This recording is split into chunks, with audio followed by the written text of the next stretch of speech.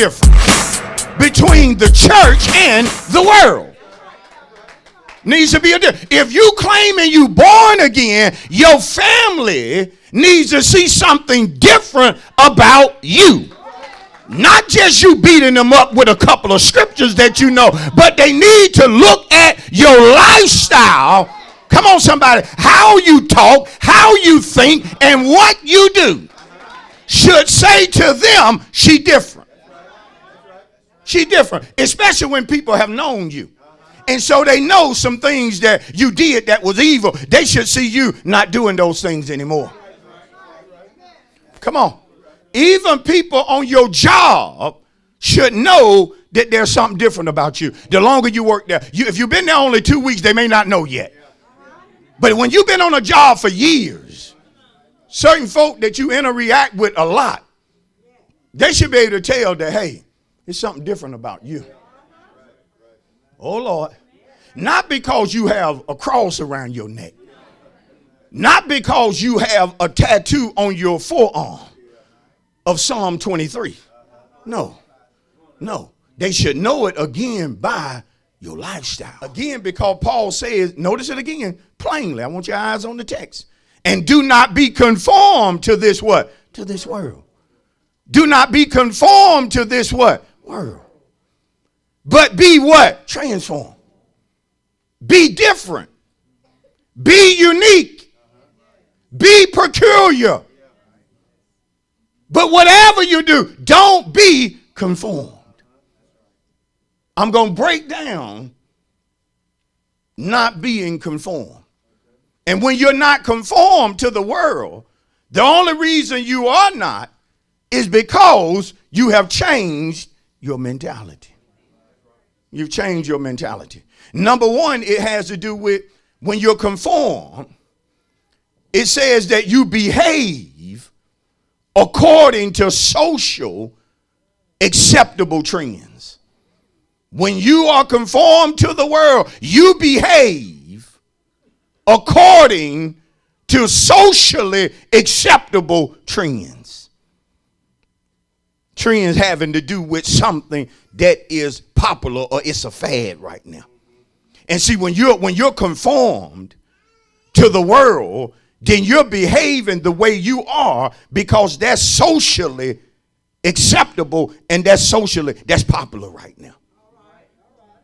Number two, it has to do with when you conform to the world, it says that you're similar to the world or you're in agreement with the world. And some folk go to church, but when it comes to certain things that the Bible describes as being sin or evil, some church folk will look at it and say, well, I don't see nothing wrong with it. I'm in agreement with what the world is saying about that it's okay to do that. I don't see any harm in that. You see, you're similar, come on, or you're in agreement with the world. You're in agreement with the world. And let me tell you something. Folk will regularly attend church, be taught the word, but will be in agreement with the world. Let me break it down. They'll come to church all the time, but when you look at them, they're more worldly than they are godly. Come on, even to the point to where some people wouldn't even know that they are Christian. See, I got a problem with that. I got a problem with that. See how quiet it get when you teach like this?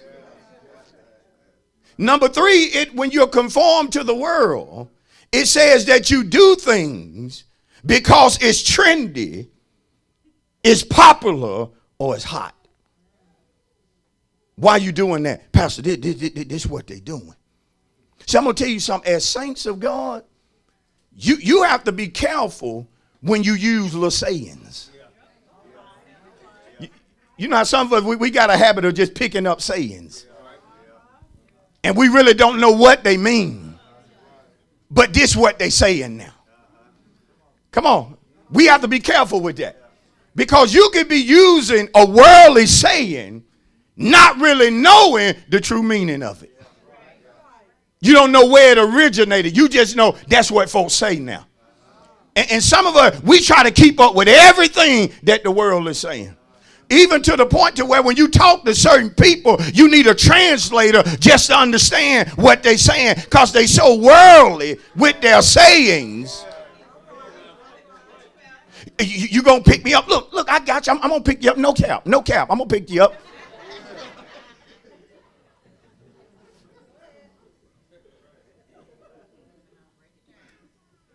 Do what?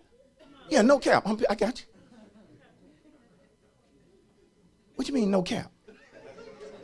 Back in the day when we said we're gonna cap somebody, that means shoot. What you say? Oh no, that mean I ain't lying. Why didn't you just say I ain't lying?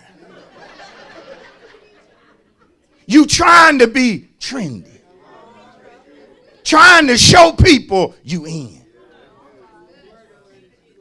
I told him I work with this one now. And sometimes as church folk, we talk more worldly lingo than we do Bible. Yeah, you up to date, and you got old folk that's more up to date than teenagers. Come on. But it's just trendy. Oh, Lord. Same way with the challenges that come out. See, you got to be careful when you and your family go to doing a challenge just because you saw it was popular on YouTube. So now we pouring cold water over ourselves. Why you pouring cold water? Oh, it's a challenge.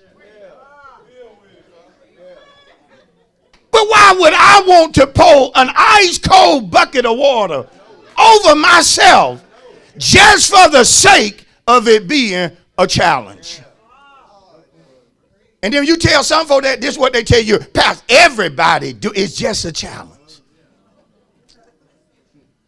But where did it come from? Is there a meaning behind it? Cinnamon challenge. Skull breaker challenge. Why would I?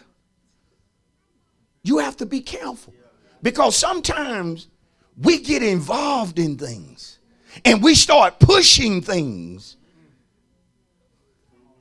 for the wrong reasons. And then once you do it, you start sending out your messages to your family. Hey, have y'all did such and such challenge? Oh, Lord. We want everybody to dress like this. If you're in agreement with us, ladies, we want all ladies to wear this right here. And so you go to putting it on because you a lady, but you don't recognize what they're doing has nothing to do with a lady. It represents something else. And there you are dressed like that because it was popular, but you didn't know why. You didn't know what was behind it.